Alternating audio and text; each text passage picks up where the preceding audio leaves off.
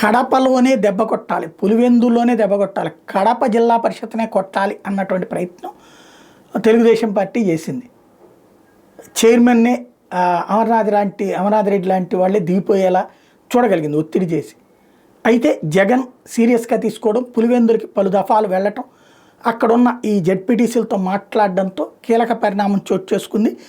జిల్లా పరిషత్ సంబంధించి వాళ్ళ జరిగినటువంటి ఎన్నికల్లో మళ్ళీ జిల్లా పరిషత్ని వైఎస్ఆర్ కాంగ్రెస్ పార్టీ సొంతం చేసుకుంది. చైర్మన్గా వైఎస్ఆర్సీపీ జెడ్పీటీసీ రామగోవిందరెడ్డి ఏకగ్రీవంగా గెలవటం, ఒకే ఒక్క నామినేషన్ వచ్చింది. తెలుగుదేశం ప్రయత్నం కూడా చేయలేదు. అక్కడ ముందు వీళ్ళల్లో ఎవరైనా షిఫ్ట్ అవుతారని చూస్తే వీళ్ళని క్యాంపు తీసుకెళ్లి బెంగళూరులో పెట్టుకోవడంతో వర్కౌట్ కాలేదు.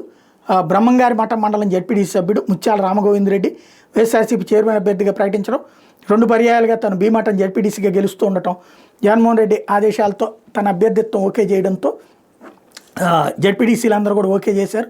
తద్వారా ఆ జెడ్పీని గెలవాలనుకున్నటువంటిది వర్కౌట్ కాల.